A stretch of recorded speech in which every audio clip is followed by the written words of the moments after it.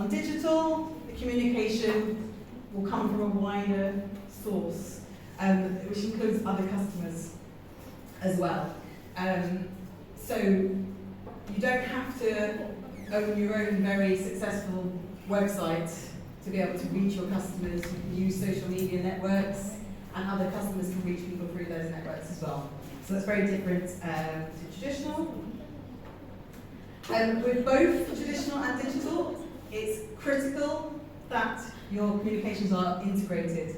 So you don't want to have your magazine ad saying one thing and your digital advertising saying something completely different. They do need to work together to reinforce your brand message. So that's the same whether it's traditional or digital. And neither of them should be cheap, quick, or easy.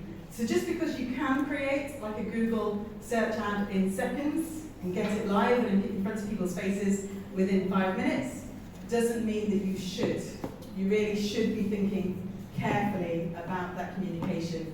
As we'll see later on, brands can really mess up by posting something too quickly and then getting a backlash from customers because they posted the wrong thing, because they haven't thought enough about it before posting it. So just because it is potentially very quick and potentially cheap, doesn't mean that you should, that's what you should be doing. Everything really needs to be thought through before you publish it online to make sure that it's really showing your brand in the best light.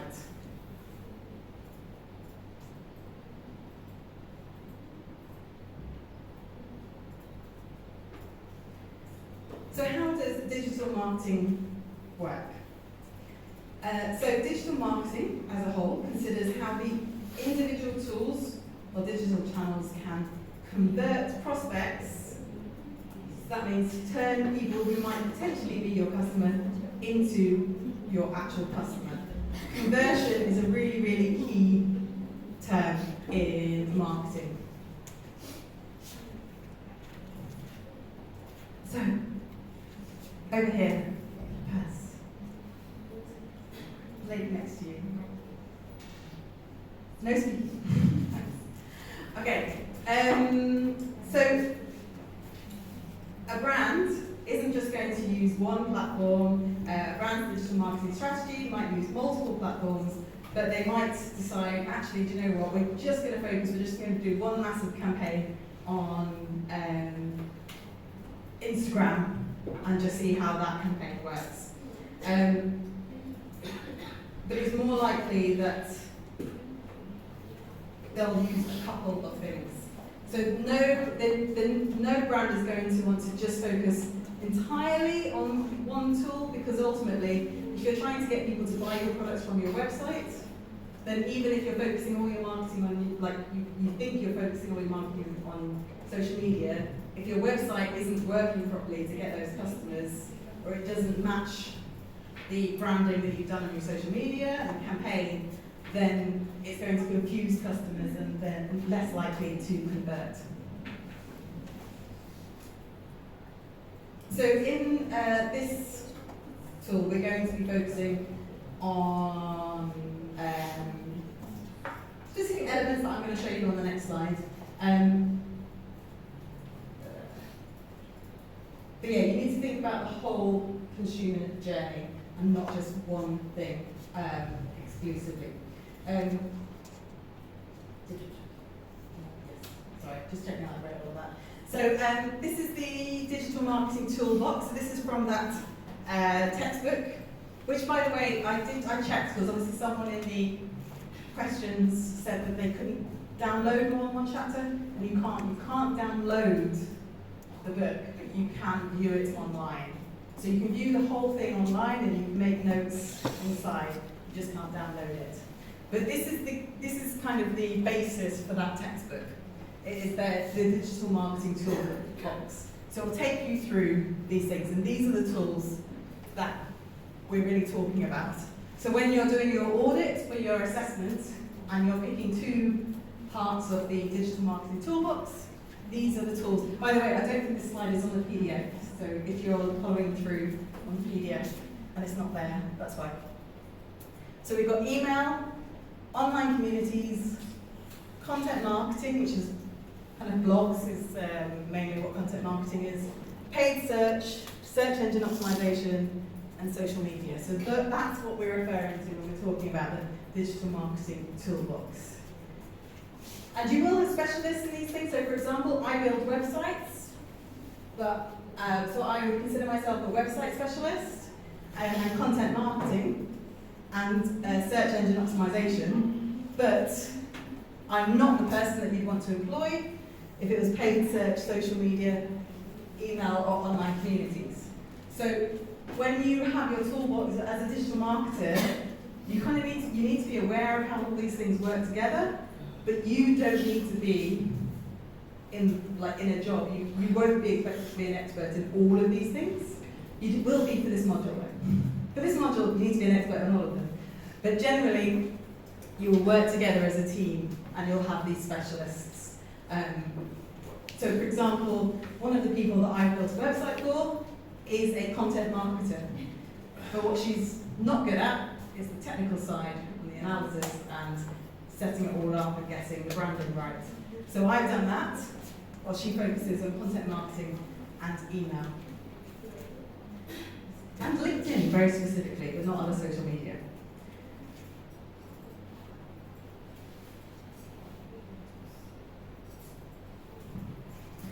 So, why is it important? I mean, I think we've seen already why digital marketing is important. But really, it's becoming more and more important than traditional channels, simply because of the number of people that digital marketing is reaching. So in 2022, there were 5 billion internet users nearly 5 billion internet users worldwide, and more than 5 billion mobile phone users, and 4.62 billion social media users. So it means that pretty much almost everyone who's on their phone is on the internet, and almost everybody who's on the internet is on social media. So with nearly the entire population, well, 57% of the entire population anyway, no, I'm getting those figures wrong. With 62.5% of the world's population on the internet, it makes sense that we're trying to reach them. Potentially, your brand here in Vietnam that you set up might potentially reach 4.95 billion people if you're advertising digitally. Whereas if you're just using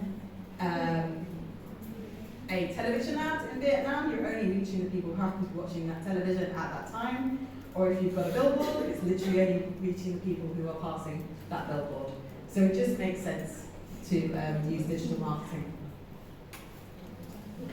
And year on year, more and more people are becoming what we call digitally focused. So more and more people around the world, every year, are getting access to a phone, getting access to the internet, and starting to use social media. This is a report from a company called Hootsuite. It's going to be a few slides from this across the lectures.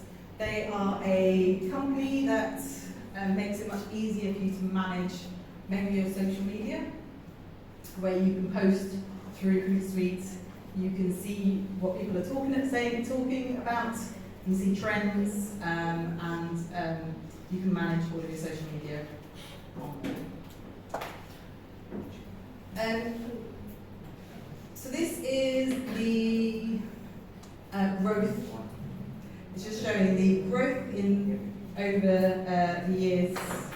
So in the year from January 2021 to January 2022, 4%, the number of people with access to the internet rose by 4%, or by 192 million people. So when you put it like that, you can just see how each year it's growing.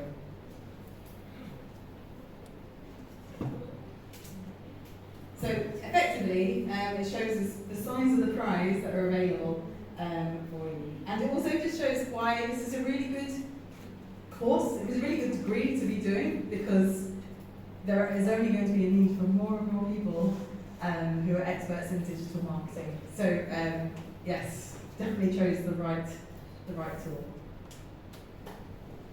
So this is the evolution of digital marketing. I'm going to talk through this because it is it's very small, but yes, it has been a very quick evolution. So in the 90s,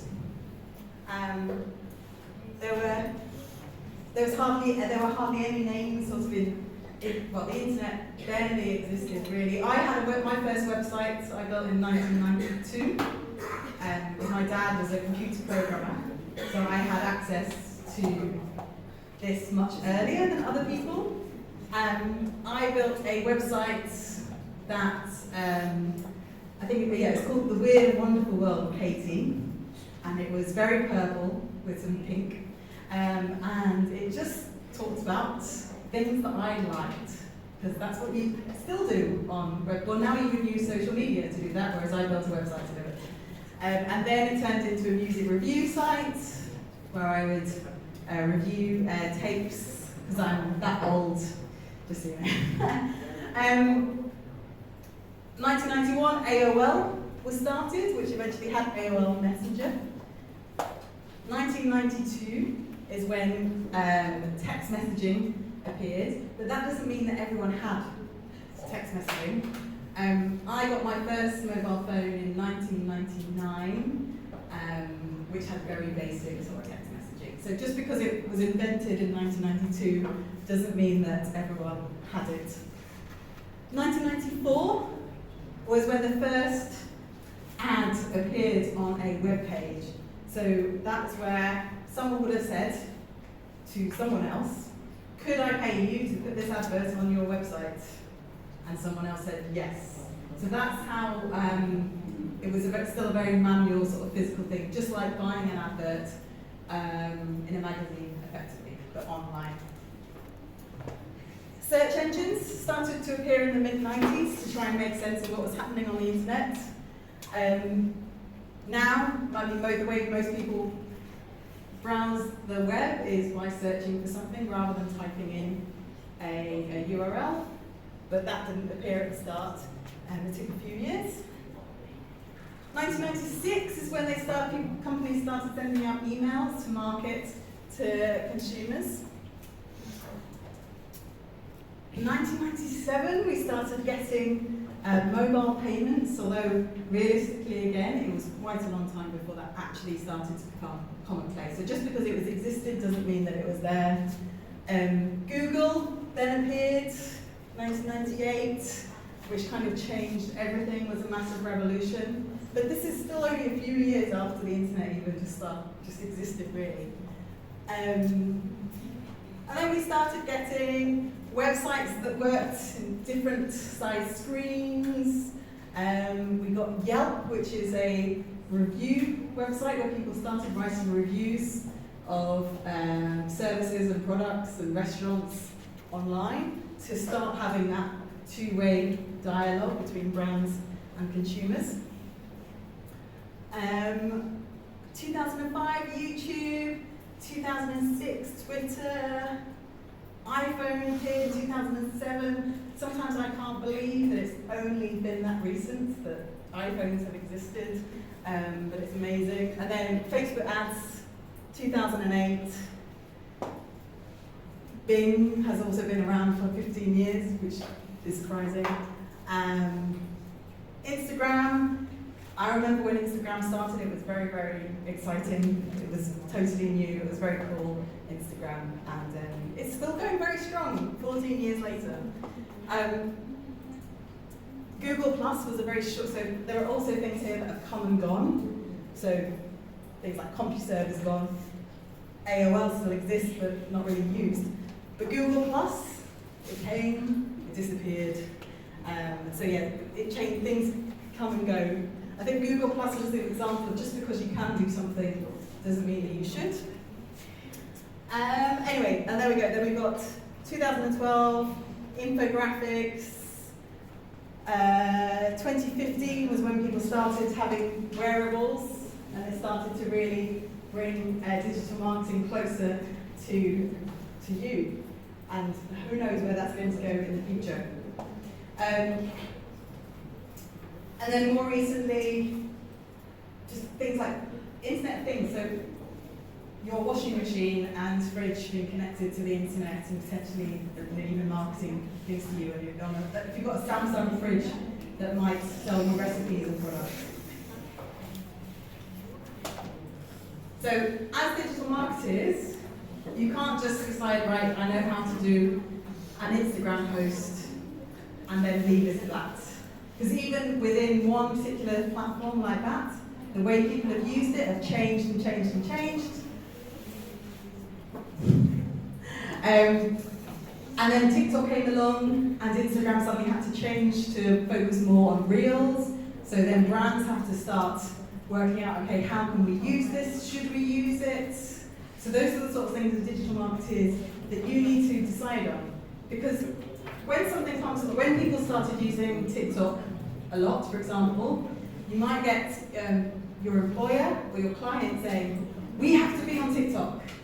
And it's your job as a digital marketer to go, actually, our audience isn't using TikTok, they're using Instagram, so I think we should focus our efforts there rather than on TikTok. That's your job as a digital marketer, to understand where your audience is. And then in another few months, if your audience has changed and they've moved to TikTok, then you're like, right, now we need to really start working out how to produce content because our audience has changed. So keeping on top of technology is critical.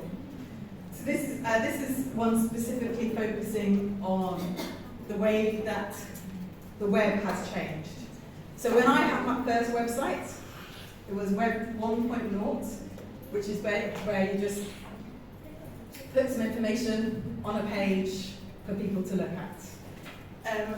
But then we moved through to Web 2.0, where you start having a lot more interaction. So, for example, putting like a forum where people could talk and fans of the website could communicate with each other on there.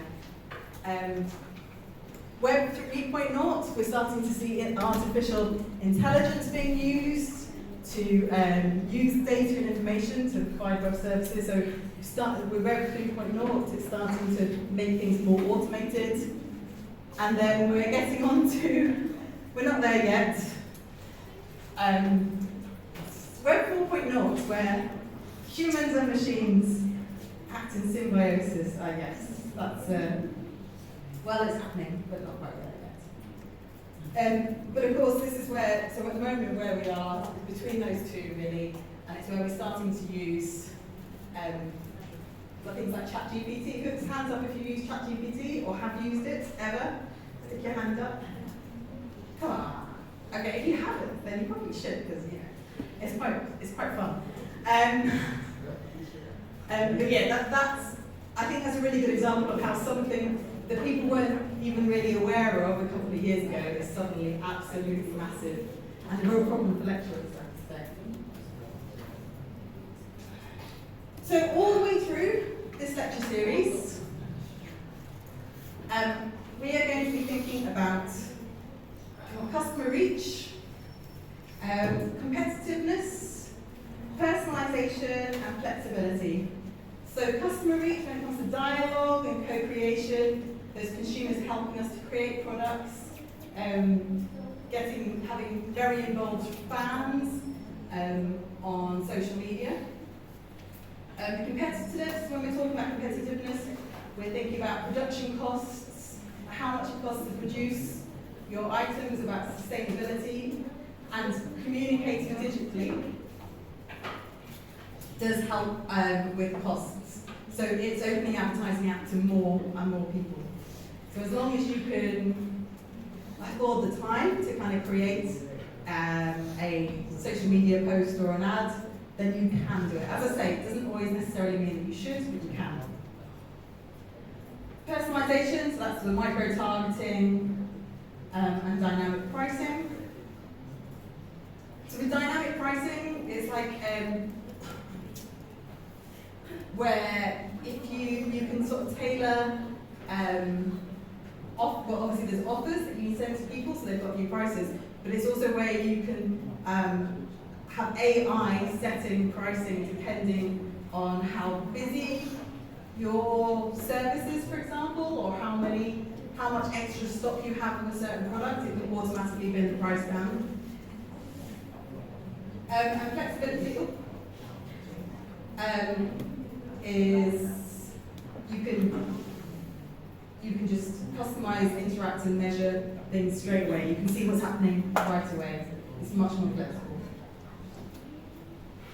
Okay, so this is, when I talk about the theory that you've got to apply in your assessment, this is one of the two main things. This is one of the two main academic models that you'll be using in your assessment. So when we saw the Sheen example that I showed earlier, one of the big boxes was purely about applying what that company is doing in each of these areas. So the 6 I's of digital marketing, which comes from the McDonald and Wilson book, are individualization, interactivity, integration, intelligence, industry restructuring, and independence of location. And I'm going to go through each of those individually now. This is just one model. So there's another one that I'm going to go through in a moment, that's also key. That doesn't mean that that's the be-all and end-all. You could come up with your own model if you wanted to. You just need to get people to read it.